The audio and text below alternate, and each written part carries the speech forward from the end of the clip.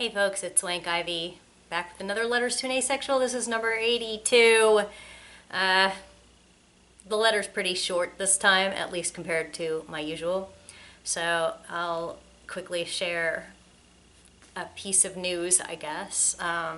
This past weekend, I went to a convention.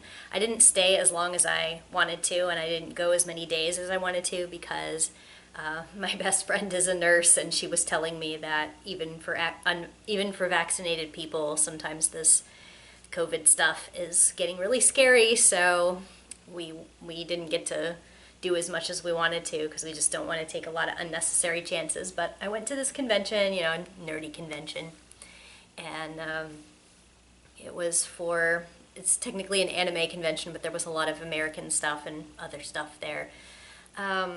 And I did go in costume. On Friday, I did a Pearl costume from Steven Universe, and the second day, Saturday, I hosted a panel about Steven Universe, and I was dressed as Stevani, and that was a real good time. But the relevant to the theme of this channel news is that one of the vendors was a pride flag vendor, and I finally bought an ace flag, and I haven't opened it yet, so I figure this is kind of it's become an unboxing video. I'm gonna open it. It's kind of silly that I never had one of these, right?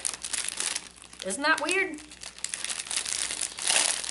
Gosh, I get accused of being a flag-waving hippie who's always shoving my sexuality in other people's faces, but I didn't even have a flag. How am I supposed to be obnoxious and get in people's faces all the time if I don't even have a flag? So, I'm gonna have to figure out what to do with it. All right, look at that. Whoa. It's quite large. Let's see if we can give you all a better look at this. Oh my gosh. Woo! Alright, maybe I should just read the letter like this, huh? Woo! Asexual ghost.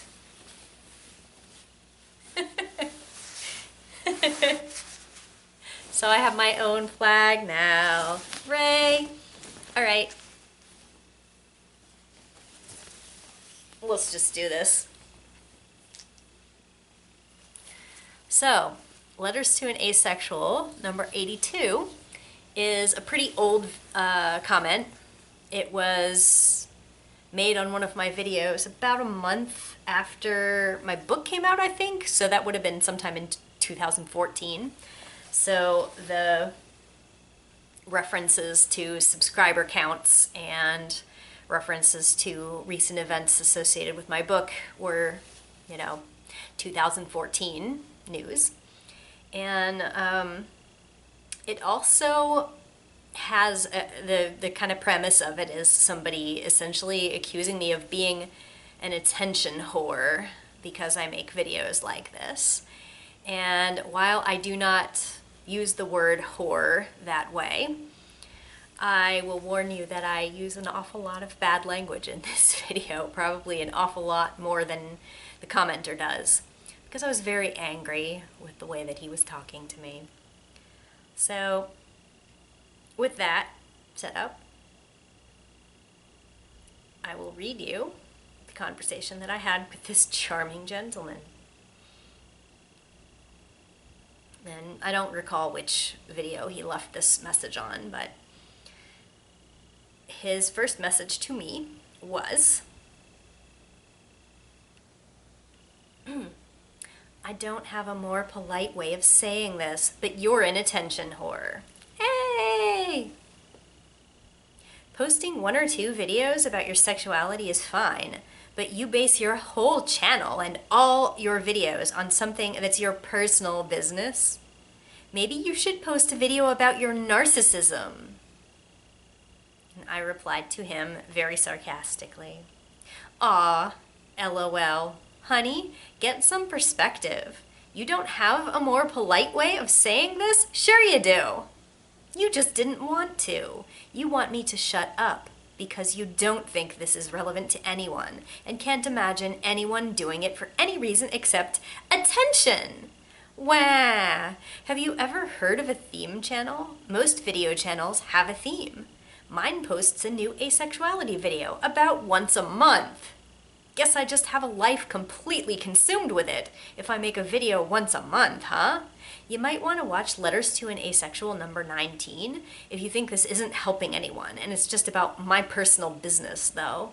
I realize it's been invisible to you your entire life because you have the luxury of not having to deal with it, but that may give you some perspective on why people who are asexual, who have very few resources available to them, need there to be people like me creating content. What a snotty thing for you to do then, to try to silence people because you don't have a personal use for the content. This is his only reply, and I follow up with one more reply. He says, you claim to be an artist, writer, but you're completely defining yourself by your asexuality. I'm sorry, but refraining from sex and romance is not profound or even that interesting. You don't go through shit compared to gays and transgendered people.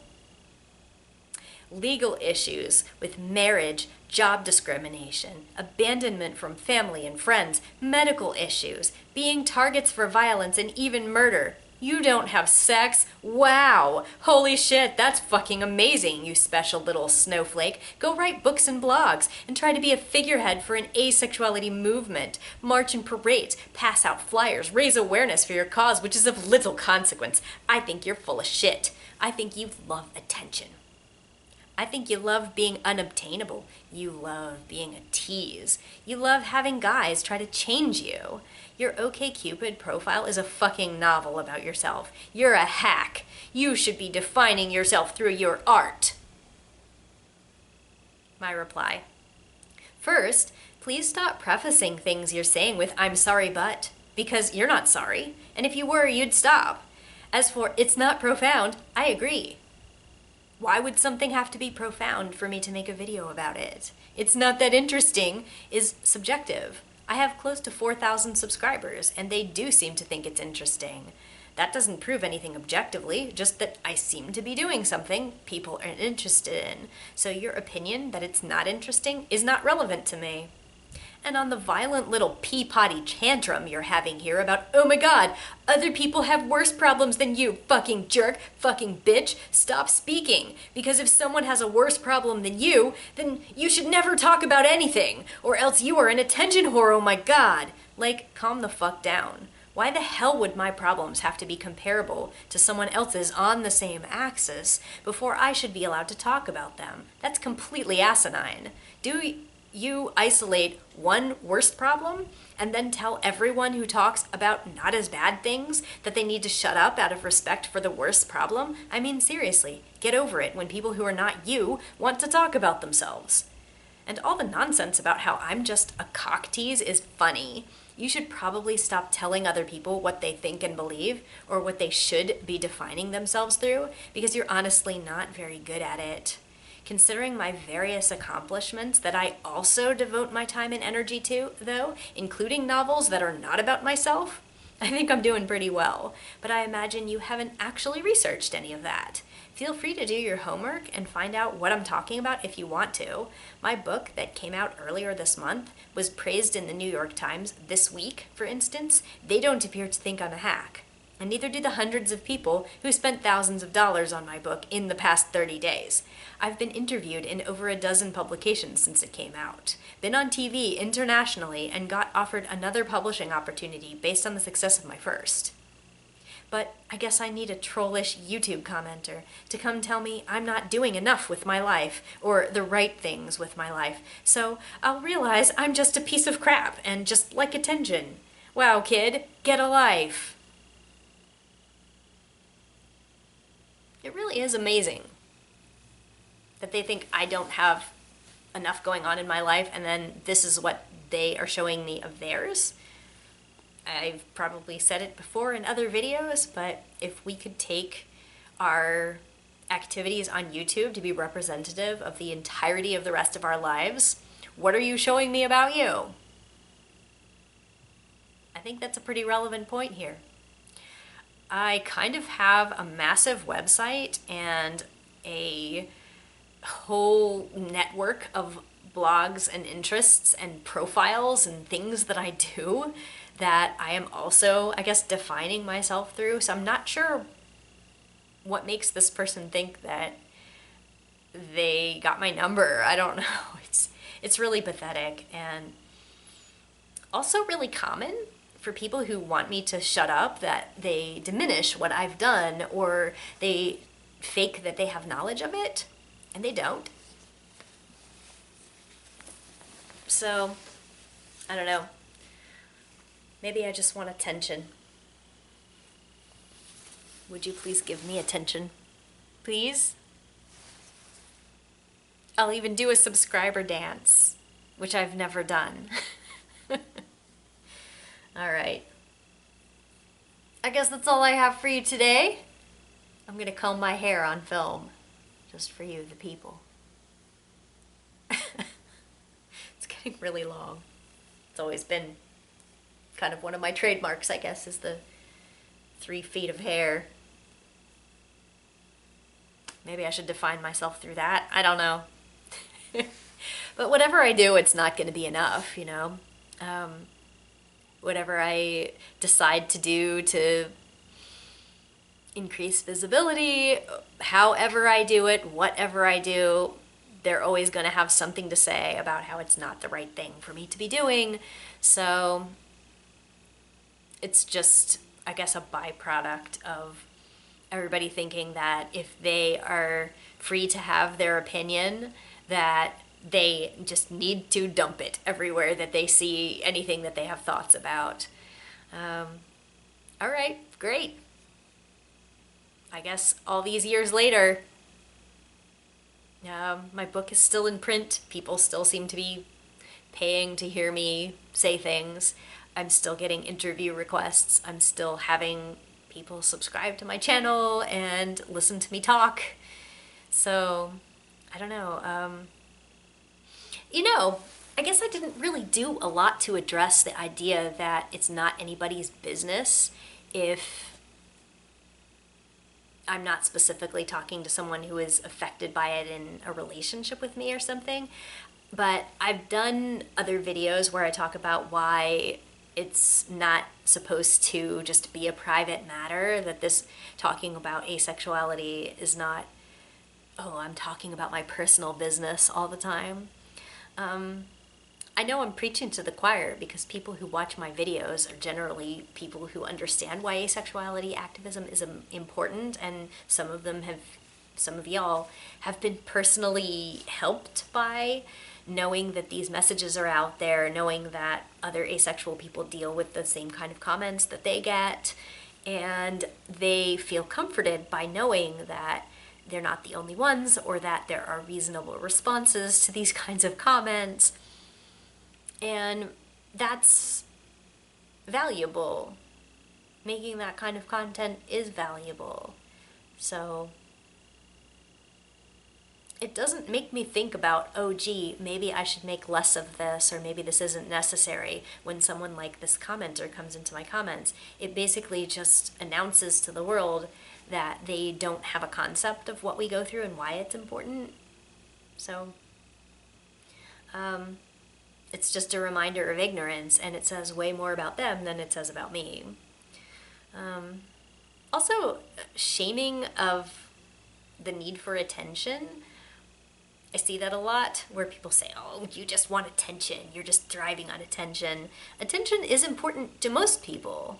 And actually, inability to get attention for what you're doing is also shamed by people like them. Haha, you don't have enough subscribers, or haha, no one cares about what you're saying. Well, I mean, don't we want people to care about what we're saying? How is that an insult? I honestly get more attention than I actually want. And I continue to make opportunities for that attention to happen because I know how important it is. for the messages like mine to be out there. I receive messages from people to whom my message has been important, and I don't want to stop making these things, but I also definitely am not hurting for attention. I spend more time than I would like to in social situations, and even though I find a lot of the individual relationships that I have personally fulfilling and especially enjoy one-on-one interaction with people, I would also definitely like to spend more of my time by myself than I do. So it is kind of just personally very funny to me when people say, you just want attention, you're trying to get people to pay attention to you. Yeah, I'm good, actually. I'm fine. I'm good. So that is what I have to say to that. And happy attention getting, everyone. I'm out.